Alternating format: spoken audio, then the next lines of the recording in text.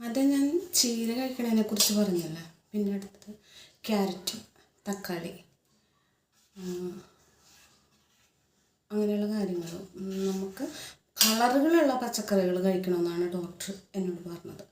പക്ഷേ ഒന്നുകൂടി എന്ന് പറയുകയാണെങ്കിൽ നമുക്ക് ആ സമയത്ത് ഒന്നും കഴിക്കാൻ പറ്റില്ല, പക്ഷെ നമ്മൾ കഴിക്കണം.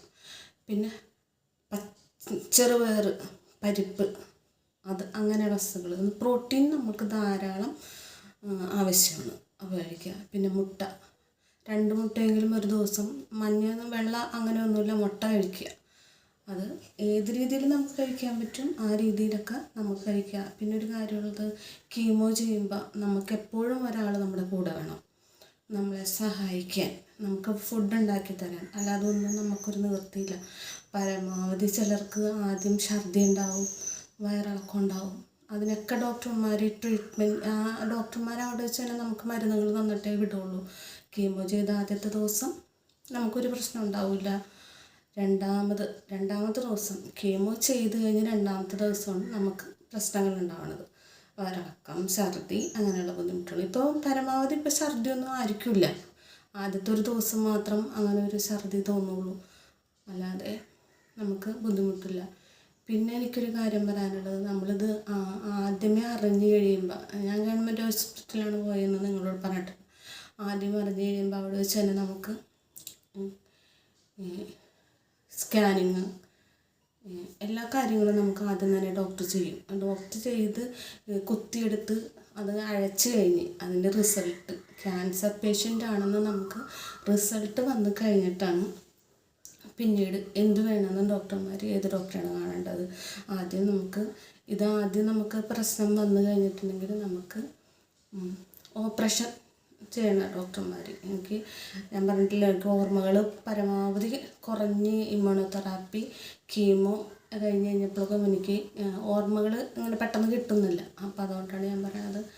അപ്പോൾ ആ ഡോക്ടർ നമ്മളെ ക്യാൻസറിൻ്റെ ഡോക്ടറിനെ കാണാൻ വിടും. അപ്പോൾ അവിടെ ചെന്ന് കഴിഞ്ഞിട്ടുണ്ടെങ്കിൽ നമ്മൾ ആ സമയത്തൊക്കെ നമ്മുടെ കയ്യിൽ പൈസ ആവശ്യം എന്ന് പറഞ്ഞിട്ടുണ്ടെങ്കിൽ നമ്മൾക്ക് 2 ലക്ഷം 5 ലക്ഷം ഒന്നും കിട്ടാനുള്ള സമയമൊന്നും ആയിട്ടില്ല. നമ്മൾ അവിടെ ചെന്ന് കഴിയുമ്പോൾ ഡോക്ടർ രണ്ടാമത് നമുക്കിത് എവിടെയാണ്, വേറെ വല്ല സ്ഥലങ്ങളിലേക്ക് ഇത് വ്യാപിച്ചിട്ടുണ്ടോ എന്നറിയാനായിട്ട് പെറ്റ് സ്കാനിങ് ഭയങ്കര പൈസയാണ്. 20,000 രൂപയായിരുന്നു എനിക്ക് 2024 നവംബറിൽ ഞാൻ ചെയ്തത്.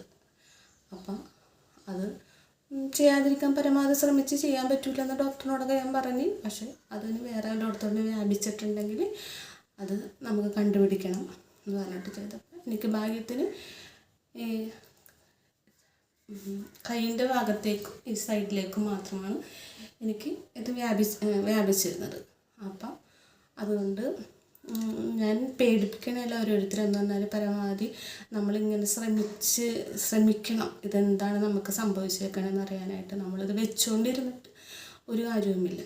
അപ്പം അവിടെ ചെന്ന് പിന്നെ നമുക്ക് അതോടുകൂടി പിന്നെ നമുക്കിത് നമ്മളെ ക്യാൻസർ പേഷ്യൻ്റായിട്ട് അവർ അംഗീകരിച്ച് നമുക്ക് നമ്മളെ ഇത് ചെയ്ത് ക്യാൻസറായി എന്നും പറഞ്ഞ് നമുക്ക് എത്ര ലക്ഷം രൂപ കിട്ടും എന്നൊക്കെ അന്നേരം അറിയണത് ആ സമയത്താണ്. അപ്പം ചിലർക്ക് 5 ലക്ഷം കിട്ടും, ചിലർക്ക് 2 ലക്ഷം കിട്ടും. 5 ലക്ഷം കിട്ടിയാൽ ഭാഗ്യമുള്ളവർ, അതാ ഞാൻ പറയുള്ളൂ. പിന്നീട് കീമോ ചെയ്ത് അത് കഴിഞ്ഞിട്ട് റേഡിയേഷൻ കഴിഞ്ഞ് ചിലർക്ക് അത് 2ഉം മതിയാവും. പിന്നെ ചിലവർ ഈ ക്യാൻസർ വന്നു കഴിഞ്ഞിട്ട് ചിലർക്ക് അത് എടുത്ത് കളഞ്ഞിട്ടുണ്ടെങ്കിൽ പിന്നെ ഒന്നും ചെയ്യേണ്ട അവസ്ഥ വരില്ല. എന്ന് പറഞ്ഞാൽ ഓപ്പറേഷൻ ചെയ്ത് കഴിഞ്ഞിട്ടുണ്ടെങ്കിൽ കീമോ, റേഡിയേഷൻ, ഇമ്മ്യൂണോതെറാപ്പി ഒന്നും വേണ്ട. അവർക്ക് പിന്നീട് നോക്കുമ്പോൾ ഒരു പ്രശ്നങ്ങളും ഉണ്ടാവില്ല. ഞങ്ങൾക്കെന്നൊക്കെ പറഞ്ഞാൽ പെട്ടെന്ന് അഗ്രസീവായിട്ടുള്ള ഒരു സംഭവമാണ് നമുക്കുണ്ടായത്. അപ്പോൾ അത് ഇനിയും വരാൻ സാധ്യതകളുകൊണ്ടാണ് നമുക്ക് ഈ 3 പരിപാടികൾ നമ്മൾ ചെയ്തത്. ഇനി ഞാൻ അടുത്ത വീഡിയോയിൽ ബാക്കിയുള്ള കാര്യങ്ങൾ പറയാം.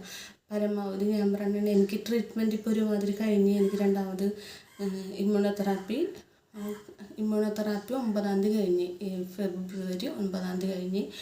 പിന്നീട് ഞാൻ ചെന്നപ്പോൾ അവിടുത്തെ ഓരോരോ അവസ്ഥകൾ കണ്ടിട്ടാണ് ഞാൻ ഈ ചാനൽ ഇത് ചെയ്യാൻ തുടങ്ങിയേക്കുന്നത്. വേറെ ഒന്നുമല്ല, എനിക്കെന്തെങ്കിലും ഒരു ഇളവ് കിട്ടിയിട്ടുണ്ടെങ്കിൽ എനിക്ക് മറ്റുള്ളവരെ സഹായിക്കാനൊരാഗ്രഹം എനിക്കിനിയും ചിലപ്പോഴുണ്ടാവാം. ഇനി അടുത്ത മാസം, ഈ മാസം തന്നെ ട്രീറ്റ്മെൻറ്റ് എന്നോട് സ്കാൻ പറഞ്ഞേക്കണേണ്. പക്ഷെ ഞാൻ ഈ മാസം ഒന്നും സ്കാൻ ചെയ്യുന്നില്ല. അതിപ്പോൾ ചെയ്ത് കഴിഞ്ഞാലും എനിക്ക് മറ്റുള്ളവരൊന്ന് സഹായിക്കാൻ ഒരാഗ്രഹം.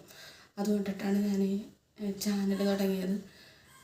എന്ന് പറഞ്ഞാൽ അതേപോലെ ഓരോരുത്തരും ഞാൻ അവിടെ കണ്ട്. അതുകൊണ്ടിട്ടാണ് ഞാൻ ഈ ചാനൽ സഹായിക്കണവർ സഹായിക്കുക എന്ന് പറഞ്ഞാൽ ഇത് സബ്സ്ക്രൈബ് ചെയ്യുക. അങ്ങനെ അല്ലെങ്കിൽ ഞാൻ നിങ്ങൾക്ക് അങ്ങനെ സഹായിക്കാൻ ആഗ്രഹം ഉണ്ടെങ്കിൽ ഇനി ഞാൻ ചെല്ലുമ്പോൾ അവരുടെ നമ്പർ ഞാൻ ഇതിൽ കൂടി നിങ്ങൾക്ക് തരാം. അപ്പോൾ അവർക്ക് വേണ്ടിയിട്ട് എന്തെങ്കിലും സഹായം ചെയ്യണമെങ്കിൽ നിങ്ങൾ ചെയ്യാം. ഇനി ബാക്കിയുള്ള കാര്യങ്ങൾ പിന്നെ പറയാം.